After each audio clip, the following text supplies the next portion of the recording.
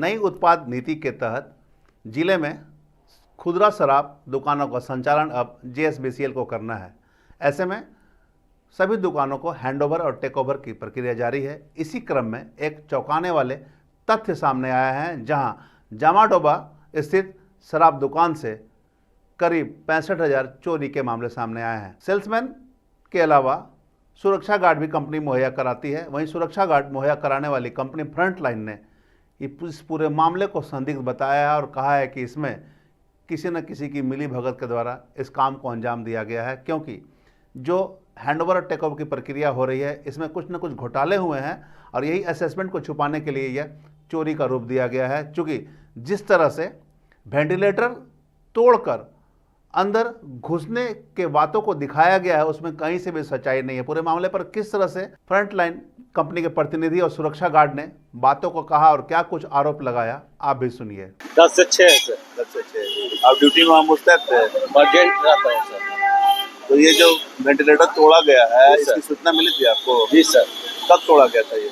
हमको लगभग वही सर फोन किए 12 बजे की ऐसा कांड हो गया है।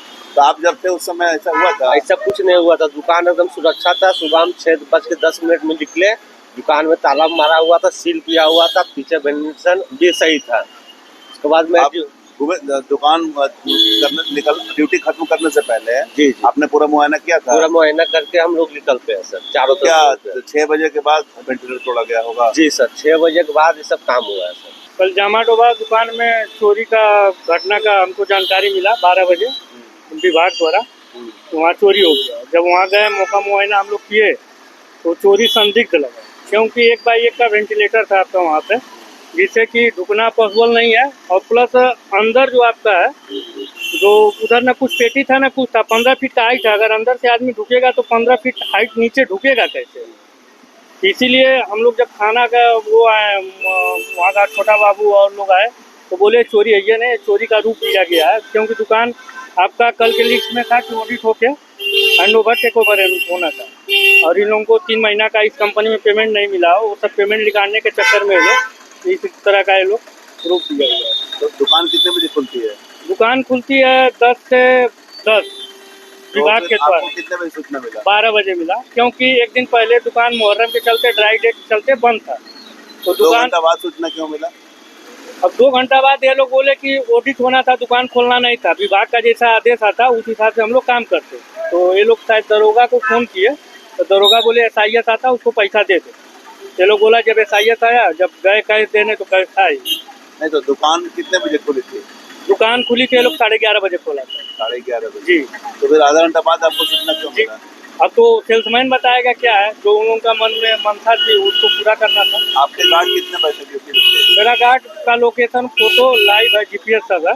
10 से 6 8 घंटा का, क्योंकि वहीं रहता ही है। और 3 साल से लड़का ये ड्यूटी भी कर रहा है। तो 10 से 6 आप लोग? जी, वही मेरा एग्रीमेंट है।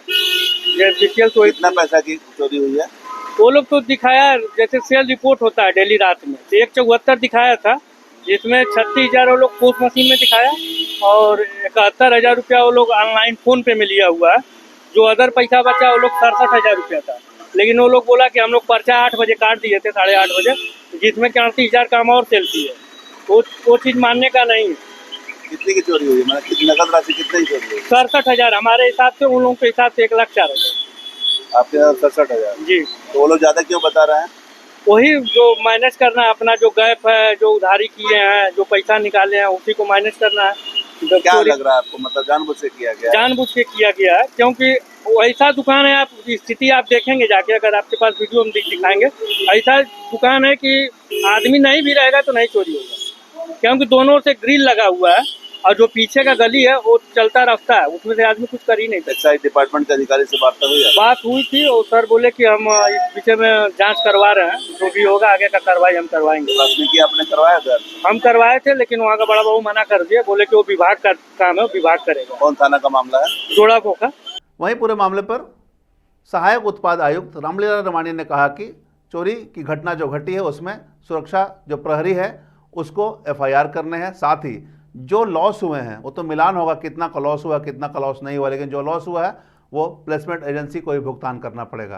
तो जामाडोबा में एक चोरी की शिकायत है कि दुकान में उनको बोल दिए हैं कि सुरक्षा प्रहरी जो है फ्रंटलाइन कंपनी, उनको बोल दिया गया है कि फायर कीजिए, है ना, और नहीं तो पैसे जमा कीजिए, अब जो आप उचित लगे कीजिए। 65,000 का शायद चोरी है, तो हुआ तो फायर करने का आदेश दिया गया है। क्या लग रहा है सब कुछ इसमें, मतलब चोरी हुआ कुछ की संदिग्ध लग रही है क्या?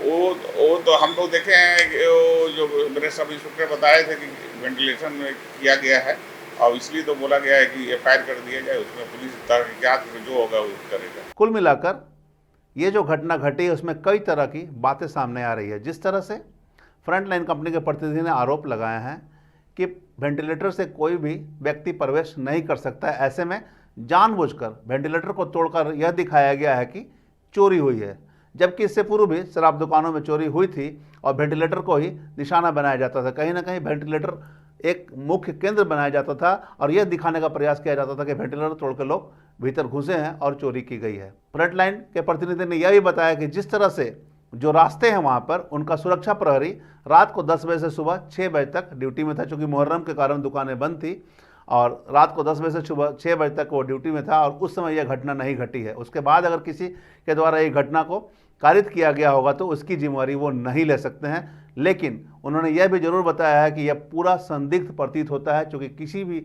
हालत में कोई भी व्यक्ति वेंटिलेटर से दुकान के भीतर प्रवेश नहीं कर सकता है। अब देखना होगा पूरे मामले पर किस प्रकार से वरीय अधिकारी संज्ञान लेते हैं और क्या कुछ जांच करते हैं और इसका परत खुलने में किस तरह की सच्चाई सामने आती है। हम तमाम इससे जुड़ी खबरों से आपको अपडेट करवाते रहेंगे। बने रहे मिरर मीडिया के साथ।